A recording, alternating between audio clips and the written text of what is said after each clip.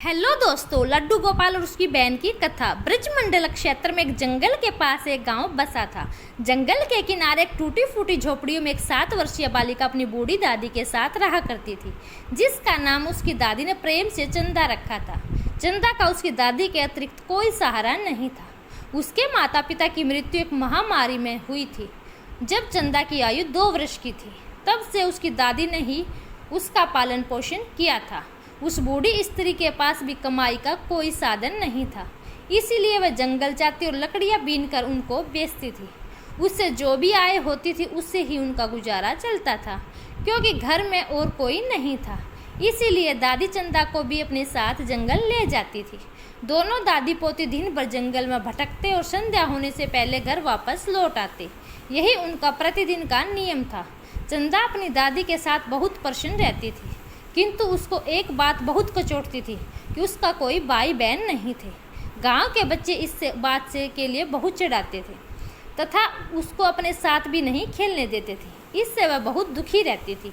अनेक बार वह अपनी दादी से पूछती कि उसका कोई बहन भाई क्यों नहीं है। तब उसकी दादी उसको प्रेम से समझाती, कौन कहता तेरा कोई भाई नहीं है ना कृष्ण कन्हैया, वो तेरा भाई है। यह कहकर दादी लड्डू गोपाल की ओर संकेत कर देती। चंदा की झोपड़ी में एक पुरानी किंतु एक बहुत सुंदर लड्डू गोपाल की प्रतिमा थी, जो उसके दादाजी लाए थे। चंदा की दादी उनके बड़े प्रेम से सेवा किया करती थी, बहुत प्रेम से उनकी पूजा करती, उनको भोग लगाती। निर्धन स्त्री पकवान मिष्ठान कहाँ से लाए जो उनके खाने के लिए रूखा सूखा होता। वह पहले भगवान को भोग लगाती, फिर चंदा के साथ बैठकर खुद खाती। चंदा के प्रश्न सुनकर वह लड्डू गोपाल की ओर संकेत कर देती। बालमन चंदा लड्डू गोपाल को ही अपना भाई मानने लगी। वह जब दुखी होती तो लड्डू गोपाल के सम्मुख बैठकर उनसे बातें करने लगती और कहती कि भाई तुम मेरे साथ खेलने क्यों नहीं आते। सब बच्चे को मुझे चिढ़ाते हैं, मेरा उपहास करते हैं, मुझे अपने साथ भी नहीं खिलाते, मैं अकेली रहती हूँ। तुम क्यों नहीं आते? क्या तुम मुझसे रूठ गए हो जो एक बार घर नहीं आते? मैंने तो तुम्हें कभी देखा भी नहीं है। अपनी बाल कल्पनाओं में खोई चंदा लड्डू गोपाल से अपने मन का सारा दुख कह देती। चंदा का प्रेम निश्चल था, वह अपने भाई को पुकारती थी। उसके प्रेम के आगे भगवान भी नतमस्तक हो जाते थे, किंतु उन्हें कोई उत्तर नहीं दिया। एक दिन चंदा ने अपनी दादी से पूछा, दादी मेरे भाई घर क्यों नहीं आते, वह कहाँ रहते हैं? तब दादी ने उसको टालने के उद्देश्य से कहा, तेरा भाई जंगल में रहता है, एक दिन वह अवश्य आएगा। चंदा ने पूछा, क्या उसको जंगल में डर नहीं लगता? वह जंगल में क्यों रहता है? तब दादी ने उत्तर दिया, नहीं, वह किसी से नहीं डरता, उसको गांव में अच्छा नहीं लगता, इसलिए वो जंगल में रहता है। धीरे धीरे रक्षाबंधन का दिन निकट आने लगा। गांव में सभी लड़कियों ने अपने भाइयों के लिए राखी खरीदी। वह चंदा को चिढ़ाने लगी कि तेरा तो कोई भाई नहीं है, तू किसको राखी बांधेगी। तब चंदा का सब्र टूट गया, वह घर जाकर जोर जोर से रोने लगी। दादी के पूछने पर उसने सारी बात बताई। तब उसकी दादी भी बहुत दुखी हुई। उसने चंदा को प्यार से समझाया कि मेरी बच्ची तू रो मत, तेरा भाई अवश्य आएगा। किंतु चंदा का रोना नहीं रुका। वह लड्डू गोपाल की प्रतिमा के पास जाकर उससे लिपटकर जोर जोर से रोने लगी और बोली कि भाई तुम आते क्यों नहीं हो? सब भाई अपनी बहन से राखी बंधवाते हैं, फिर तुम क्यों नहीं आते? उधर गोविंद चंदा की समस्त चेष्टाओं के साक्षी बन रहे थे। रोते रोते चंदा को याद आया कि दादी ने कहा था कि उसका भाई जंगल में रहता है। बस फिर क्या था, वह दादी को बिना बताए नंगे पाँव ही जंगल की ओर दौड़ पड़ी। उसने मन में ठान लिया था कि वह आज अपने भाई को लेकर ही जाएगी।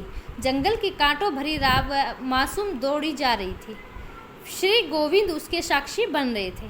तभी श्री हरि गोविंद पीड़ा से करहा उठे, उनके पांव से रक्त बह निकला। आखिर हो भी क्यों ना, श्री हरि का कोई भक्त पीड़ा में हो, भगवान को पीड़ा न हो, यह कैसे संभव है? जंगल में नन्ही चंदा के पांव में कांटा लगा तो भगवान भी पीड़ा से करहा उठे। उधर चंदा के पैर में भी रक्त बह निकला, वह वहीं बैठकर रोने लगी। तभी भगवान ने अपने पाँव में उस स्थान पर हाथ फेरा जहाँ कांटा लगा था। पलक झपकते ही चंदा के पाँव से रक्त बहना बंद हो गया और दर्द भी न रहा। वह फिर से उठी और जंगल की ओर दौड़ी चली। इस बार उसका पाँव कांटों से छलनी हो गया, किंतु वह नन्ही सी जान बिना चिंता किए दौड़ती उसको अपने भाई के पास जाना था। अतः एक स्थान पर वह थक कर रुक गई और रो रो कर पुकारने लगी, भाई तुम कहाँ हो, तुम आते क्यों नहीं। अब श्री गोविंद के लिए एक पल भी रुकना कठिन था। वह तुरंत उठे और एक 11-12 वर्ष के सुंदर से बालक का रूप धारण किया और पहुंच गए चंदा के पास। उधर चंदा थक कर बैठ गई थी और सर झुकाकर रोए जा रही थी। तभी उसके सर पर किसी का हाथ का स्पर्श हुआ और एक आवाज़ सुनाई दी, मैं आ गया मेरी बहन, अब तू न रो। चंदा ने सर उठाकर उस बालक को देखा और पूछा, क्या तुम मेरे भाई हो। तब उत्तर मिला, हाँ चंदा, मैं तुम्हारा भाई हूँ। यह सुनते ही चंदा अपने भाई से लिपट गई और फूट फूट कर रोने लगी। तभी भक्त और भगवान के मध्यम भाव और भक्ति का एक अनूठा दृश्य उत्पन्न हुआ।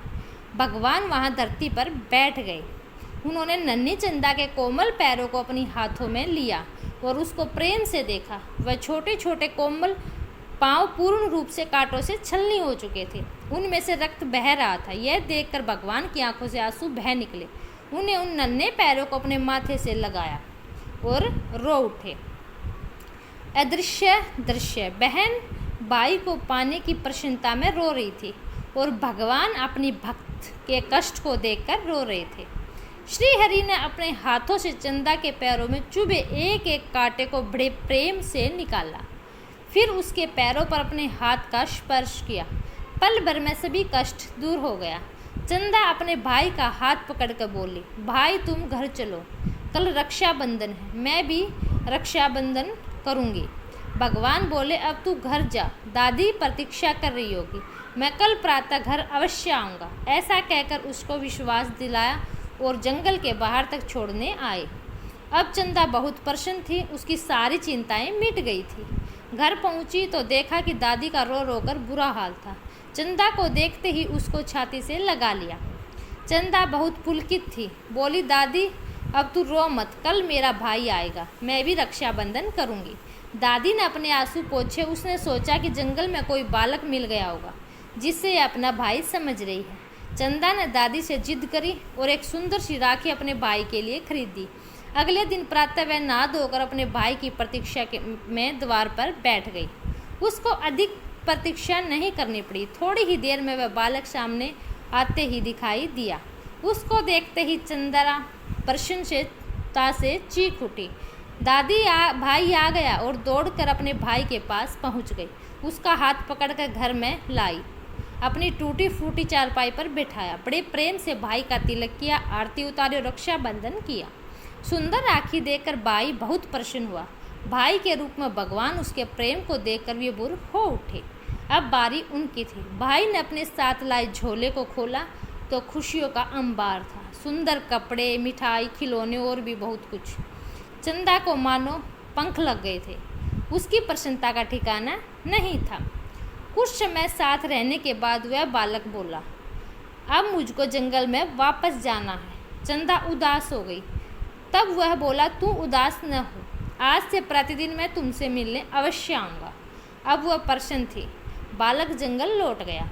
उधर दादी असमंजस में थी कि कौन है ये बालक। उसकी कुछ समझ में नहीं आ रहा था, किंतु हरि के मन में ही हरि ही जाने। भाई के जाने के बाद जब चंदा घर में वापस लौटी तो एकदम ठिठक गई। उसकी दृष्टि लड्डू गोपाल की प्रतिमा पर पड़ी तो उसने देखा कि उनके हाथ में वही राखी बंधी थी जो उसने अपने भाई के हाथ में बांधी थी। उसने दादी को तुरंत बुलाया और यह देखकर दादी भी अचंभित रह गई, किंतु उसने बचपन से ही श्री कृष्ण की भक्ति करी थी। वह तुरंत जान गई कि वह बालक और कोई नहीं, स्वयं श्री हरि थे। वह उनके चरणों में गिर पड़ी और बोली, छलिया, जीवन भर तो छला, जीवन का अंत आया तो अब भी छलकर चले गए। वह चंदा से बोली, अरे वह बालक और कोई नहीं, तेरा यही भाई था। यह सुनकर चंदा भगवान की प्रतिमा से लिपटकर रोने लगी और रो रो कर वो कहा, न भाई, क्या वही तुम थे? मैं जानती हूँ वही तुम थे, फिर सामने क्यों नहीं आते, छुपते क्यों हो? दादी पोती का निर्मल प्रेम ऐसा था कि भगवान भी विवश हो गए। लीलाधारी तुरंत ही विगर से प्रकट हो गए और बोले, हाँ चंदा, मैं तुम्हारा वही भाई हूँ। तुमने मुझको पुकारा है और मुझको आना पड़ा, और मैं कैसे नहीं आता। जो लोग ढोंग दिखावा पाखंड रचते हैं उनसे मैं बहुत दूर रहता हूँ, किंतु जब मेरा कोई सच्चा भक्त प्रेम भक्ति से मुझको पुकारता है तो मुझको आना ही पड़ता है। भक्त और भगवान की प्रेम लीला चल रही थी और दादी वह तो भगवान में लीन हो चुकी थी। चंदा तो उस दिन के बाद से ही गांव में उनको किसी ने नहीं देखा। कोई नहीं जान पाया कि आखिर दादी पोती कहाँ चले गए। प्रभु की लीला प्रभु ही जाने। धन्यवाद दोस्तों। अगर आपको मेरी कथा अच्छी लगे तो please like share subscribe my channel. Comment में जय श्री कृष्णा लिखना न भूलें।